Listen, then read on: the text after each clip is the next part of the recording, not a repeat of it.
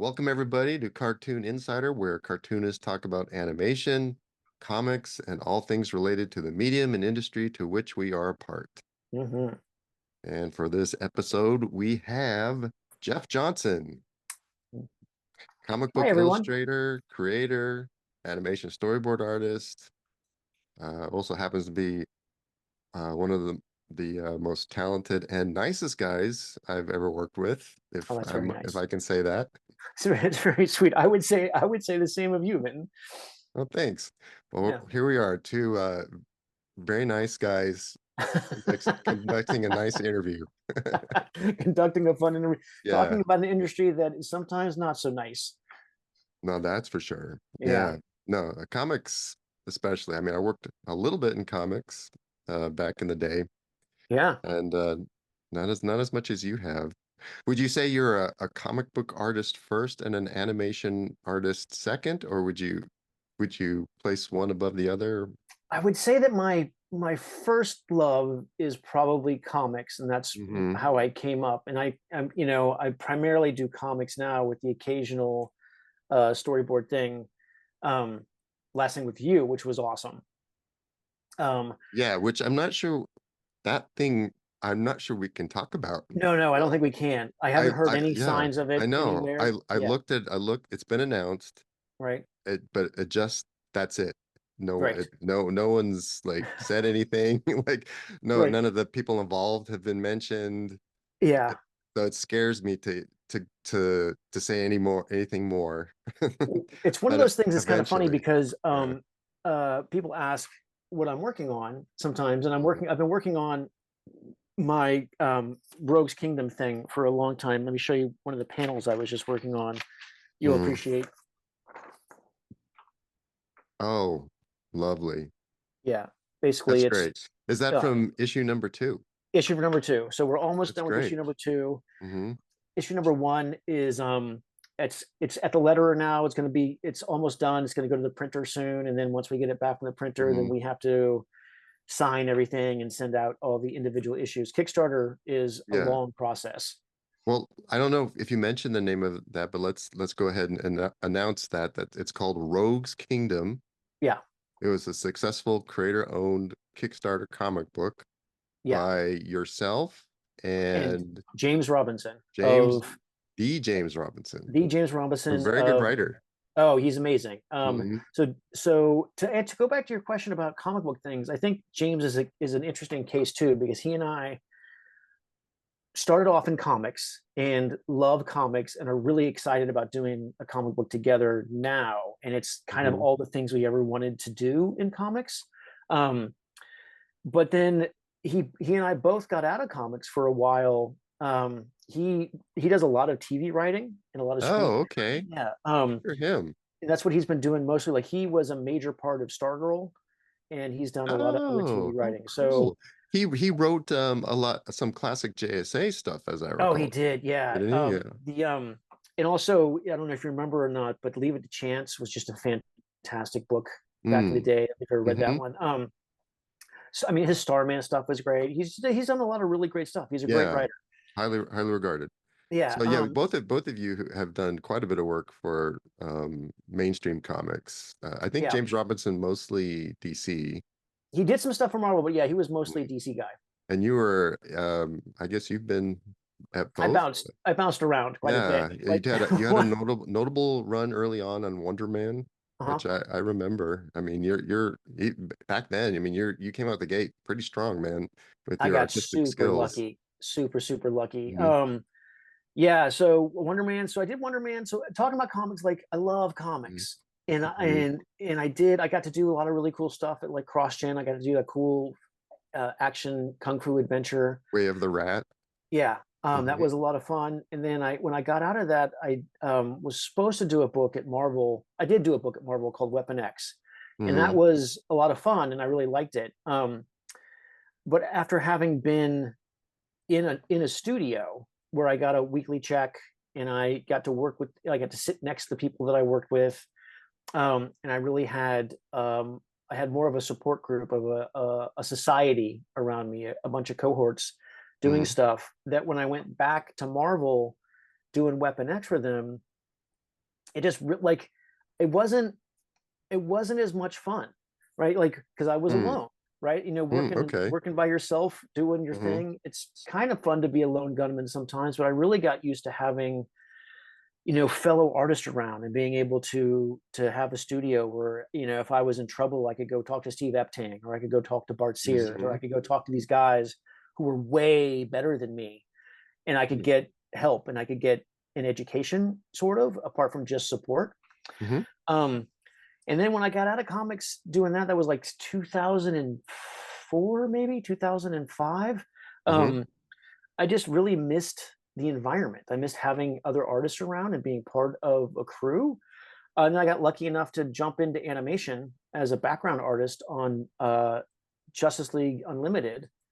And then once I was in that, I really liked it. I really liked being in animation. Yeah. Um, Well, that's back when we were actually working in house. right. Now Exactly. animation has become just like comics in a I way, know, in a right? sense where we're just all working at home.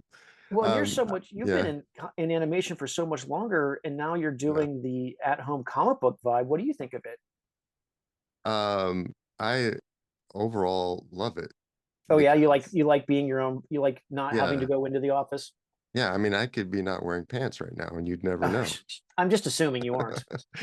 Right. Right. Yeah. So yeah, I mean, I actually, I'm more productive because now I can roll right out of bed, and then I can Right. just sit in my chair and get going if I need to, and without the whole, you know, getting dressed in proper clothes and Right. commuting and It setting is up a in the huge time office. suck. So Yeah. yeah, that's the biggest thing. But the part and then so it's just yeah, doing it on my own term, being around just at home, even if I work long hours, just being more available to my family Right. has been a big plus. So I wouldn't trade it, but I do miss the in-house. And right now, I'm working at Nick on more Transformers, so Oh, cool. and they're a hybrid, so I kind of get the best of both So worlds. you can go back and forth. Yeah, I go in a couple Oh, times a week, and I get sometimes I have lunch with people, or we just get a meet in person, and right. so I get that vibe energy, and I still get to spend most of my time working at home. So I would love to see the industry continue in that direction as sort of a hybrid in between the two. But yeah, it's fantastic. But It seems like that your story is pretty common when it comes mhm. to being just as productive. Like I haven't heard Oh anyone yeah. that was less productive, like Well, taking a couple hours out, like not spending hours commuting and not dealing with that stuff. It seems yeah, I like that mean, the myth of the office has been kind of destroyed. right. I mean, it's you can't fake it. You can't fake your productivity in Right. this industry. It's like, Exactly. yeah, Right. right. It's there. It's in your drawings Right. and time you put into it. So, Totally. um, yeah, it's been no problem for me. But getting back to your project, so yeah, that you were on doing Way of the Rat. Way of the Rat, what was great about that is it really showed you could do a lot more than just superheroes.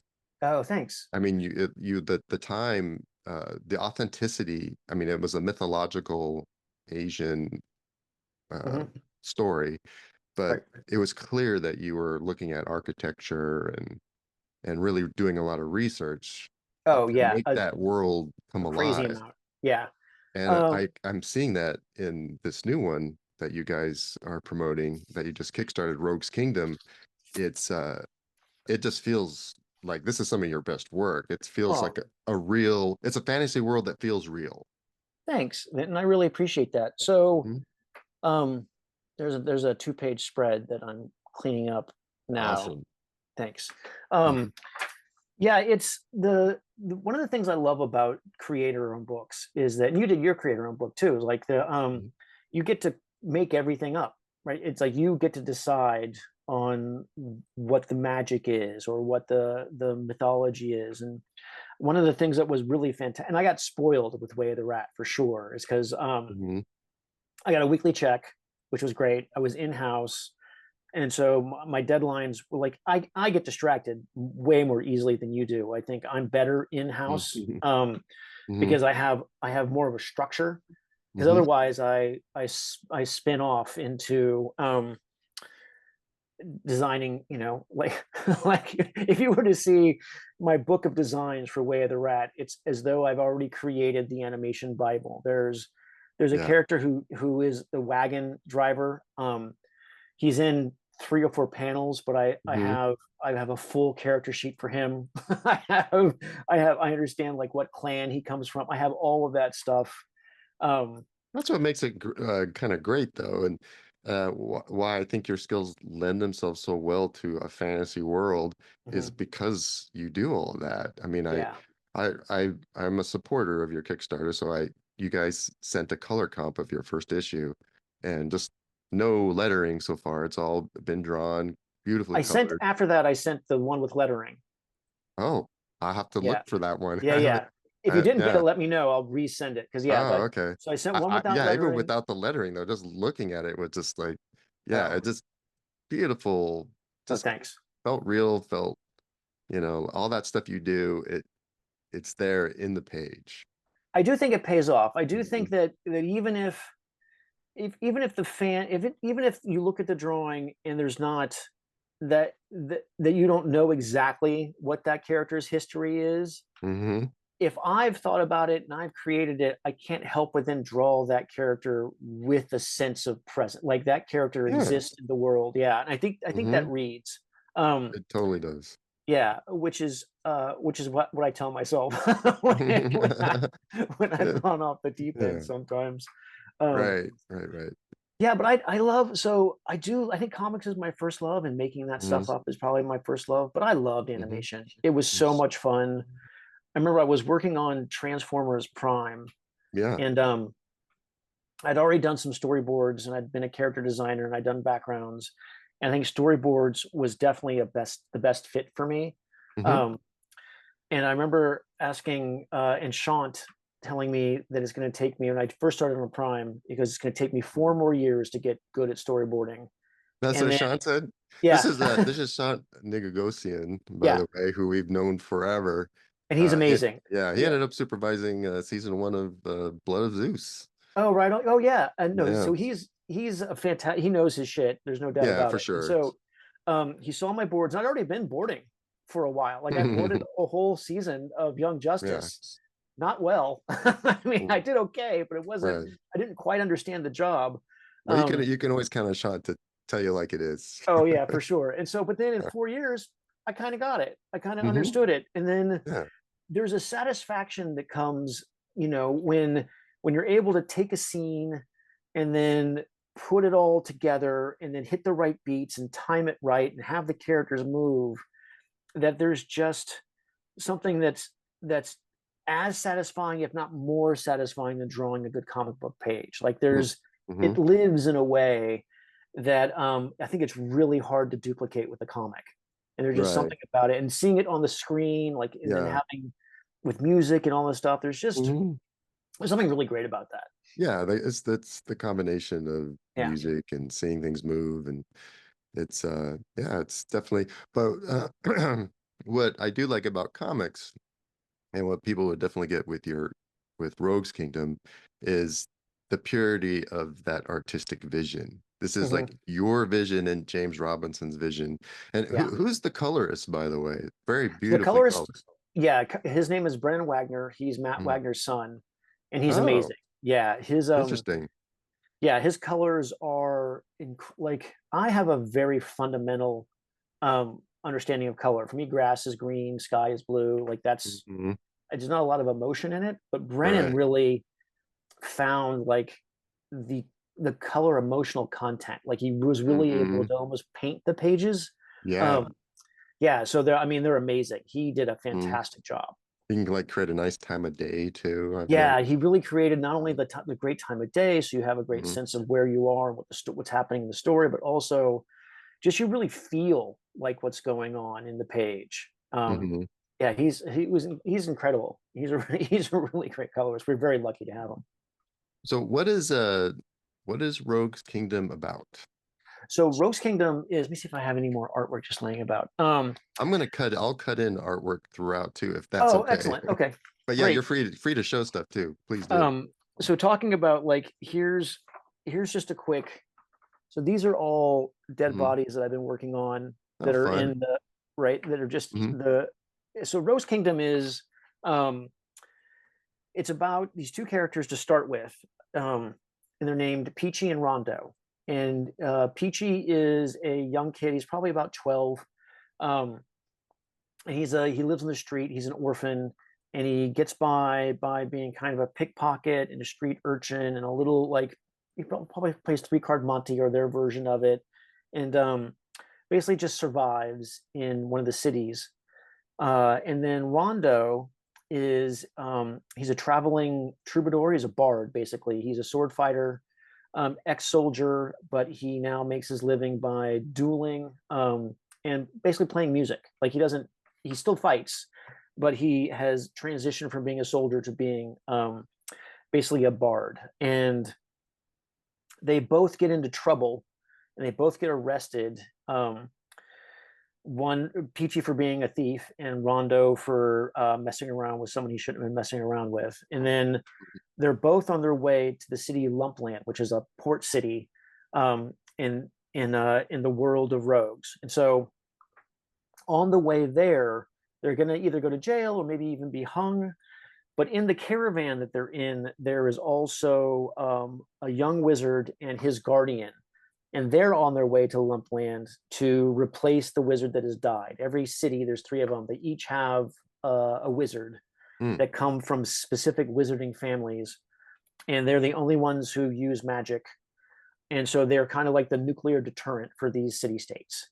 Each city has a wizard, and as long as each city has a wizard, no one messes with anyone else because you don't want to basically nuke anyone. And so um, this young wizard is on his way to replace the old wizard that died. And on the way, the caravan gets attacked, and everyone in the caravan gets killed. And except for Peachy and Rondo, who are able to escape, they fall down a cliff. Their prison cart falls down a cliff, and they survive, and they're able to fight and not get killed by the attacking forces. And then Peachy decides that if they his plan, because he's a little con artist, his plan is if they leave, they're just going to get arrested again. Um, so his plan, and since he decides that they should impersonate the young wizard and the guardian, and go to the city, and while they're impersonating, they can steal as much gold and whatnot as they want from these rich people, Mhm. and then they can escape, but have money in their pocket. Um, and Rondo doesn't want to, but he's convinced, right? He's like, that's a fine plan. And so he goes along with it. And then they wind up actually being a really great wizard and guardian to that wizard. And almost by Mhm. accident, Right. saving the king and saving Mhm. the cities. And they aren't the heroes that they thought they were going to be, but they're the heroes that the story actually needs. And so they wind up Right. doing the wizard and guardian thing. And so Mhm. that's the first story arc. So even though they don't Peach doesn't know any magic, it turns out Mhm. that he can learn magic and is quite talented and Oh, becomes very a very cool. powerful wizard. Mhm.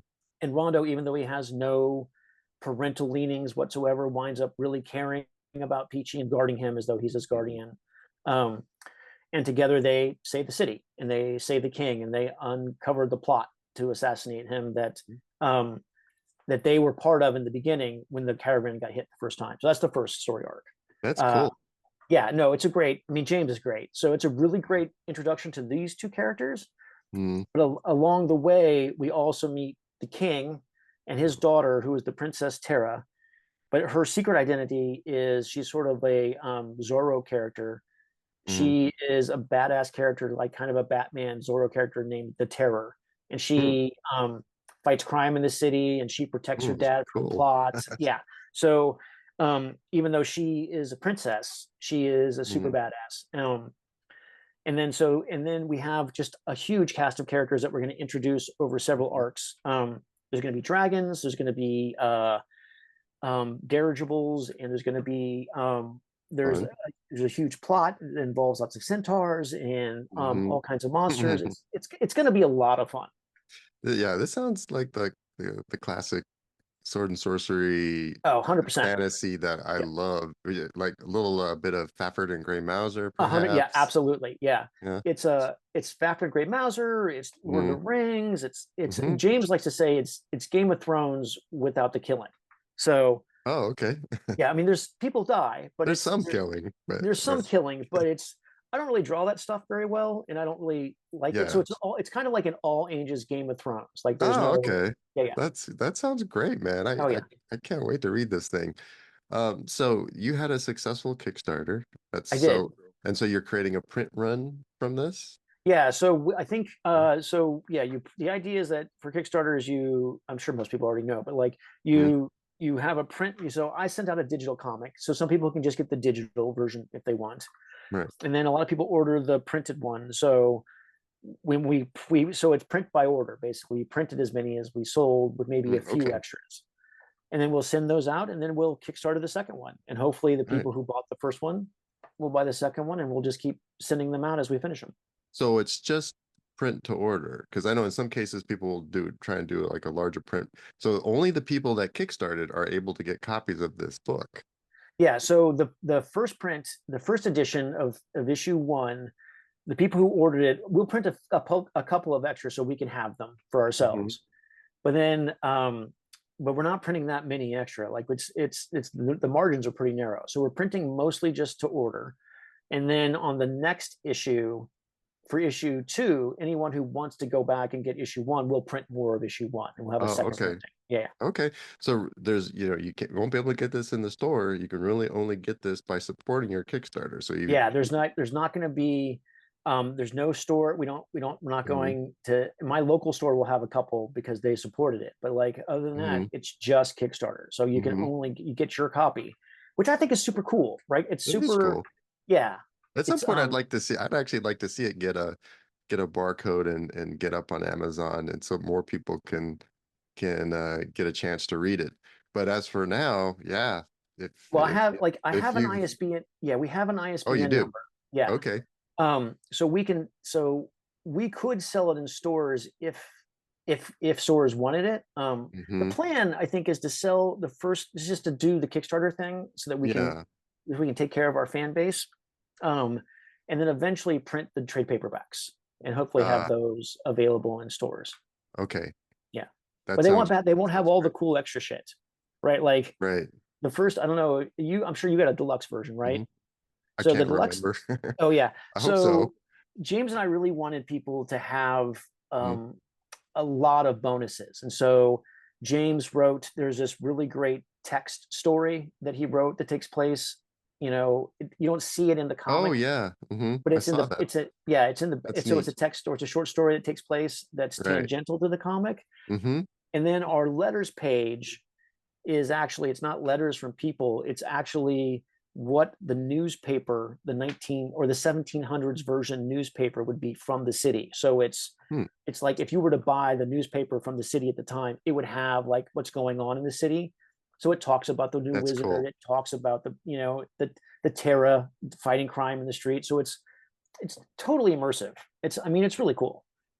Yeah, and so definitely, if you've missed the first one, then make sure get it on the second Kickstarter, and then Mhm. like you said, you can go back and get that first volume at that Yeah, point, and also just know that you're supporting this artistic endeavor as it continues to move further, so that it can become a trade paperback and get into stores and become that's the more goal.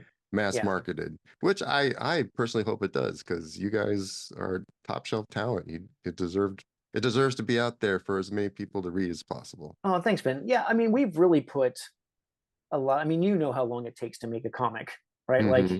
there's so Yeah. much to be done.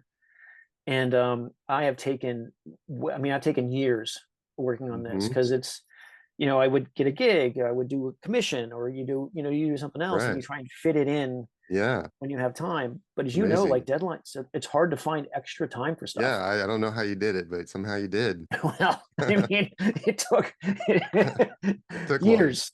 Yeah. Right. I think seven, right, of Wow. me Okay. fitting it in, right? Right. And Um, I mean, would you do this if you get enough support for these Kickstarters moving forward? Would you do it full time?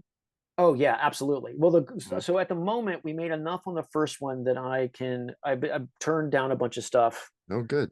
so I can finish the second Mhm. one, Mhm. and hopefully I can keep robbing Peter to pay Paul, so I can Mhm. make enough on the Kickstarter that I can get the next one done. So I don't need a lot, but I need some. So Right. that's so hopefully we can just keep doing that. And I think we're sitting pretty good at the moment. The second one's almost done, and Mhm. then we'll start kickstarting that as soon as the first one is shipped to everybody. And then hopefully we can keep playing that game. Awesome. Well, I'm here for the long haul. I'll definitely Awesome. be buying every issue of that. It's I really yes. appreciate. I mean, honestly, I really appreciate you've Mhm. been super great about not only being super because you've seen it from the beginning. Yeah, Mhm. I remember showing you stuff way back when you were working on that season of Young Justice, bringing stuff into the office. Uh-huh. Yeah, you've been there from the beginning and super supportive, and I really appreciate you understanding the vision, right? You Oh, understanding, this is like one of my favorite genres. I mean, yeah, I love sword and sorcery fantasy, so it's and then you guys are so good at it. It's yeah, I'm just an eager fan. oh, excellent. That's well. Check your email because I sent out the one with lettering. Okay. Um, and if you don't see it, let me know and I'll send it out again because I'm still. The funny thing about Kickstarter is it's all the things I'm not great at, like Hmm. scheduling and like um, like making sure that and checking off boxes and making sure this stuff is all lined up. Like it took me a long time to figure out how to get the email list off of Kickstarter. And it Yeah. wasn't hard. It just took me a long Mhm. time to figure out. Yeah. No, Yeah. I did a Kickstarter and I encountered the same thing. It's all the stuff we're not necessarily good at, but you just Yeah. have to learn, Right. you know? So and it's been a real good challenge. I mean, it's a Hmm. great challenge. I'm way better at doing a spreadsheet now, and I'm way better at making my list and doing stuff. And I appreciate everyone's been incredibly patient while I've figured it out and made mistakes. Yeah. Oh man. All right. Well, everybody, Rogues Kingdom, check it out. It's you'll have another. Do you have a timeline for that new Kickstarter yet? So the second issue is almost done. The sad thing is I can't give a date until I get a date from my printer because we just Oh, don't. okay. Yeah, yeah. So hopefully in the next couple of months. Like I know Mhm. it's taken longer than we planned, but it's the Right. stages like the next one. Now that we figured out the machine, hopefully we can Yeah. get it down to every couple of months we'll be able to put a book out. And you're doing it the smart way. You're getting the book done first Yeah. and then putting it on Kickstarter so you don't disappoint people with delays or anything else. Well, that's what happened with this one is that we had the all the art done. Mm-hmm. But we hadn't scheduled how long like any corrections or notes were going to take us, and Mm-hmm. we didn't schedule in lettering and design and the other part of putting a book together that I didn't understand was necessary. Mm. Um, because like for me, when you do a page, when you do a board, well, you're a director, so you understand much Yeah. more the post part of a Mm-hmm. project. Um, Yeah, I'm kind of it goes longer than the actual boarding part. Yeah, I'm new to that process, and we've been in Yeah. post for a little while, and so hopefully we'll be able to streamline that. Hmm. Yeah. But I mean, I'm saying you guys, I mean, I've seen a lot of Kickstarters where they kickstart and nothing's even been created yet. Oh So, yes, no, so you guys didn't make that mistake where no, like you right, put you Kickstarter, you get the money, and then a year later, 2 years right, later, or never, because things right. fall. So yeah, people can pretty much know that if they support you, that at least enough of the book is done that it It's will see coming. the It is light of actually day. going to happen. Yeah, Right. right, Yeah. right. So We're that's not going to great. leave That's people good. hanging. Yeah. All right. All right, cool, man. Well, I just want Awesome. to keep this short and sweet and Okay. promote your book. Thanks, And man. yeah, maybe we'll do this again sometime. Oh yeah, absolutely. This was fun. All right, man. Okay. Okay, talk to you later. Bye, Vin. Yep, bye-bye.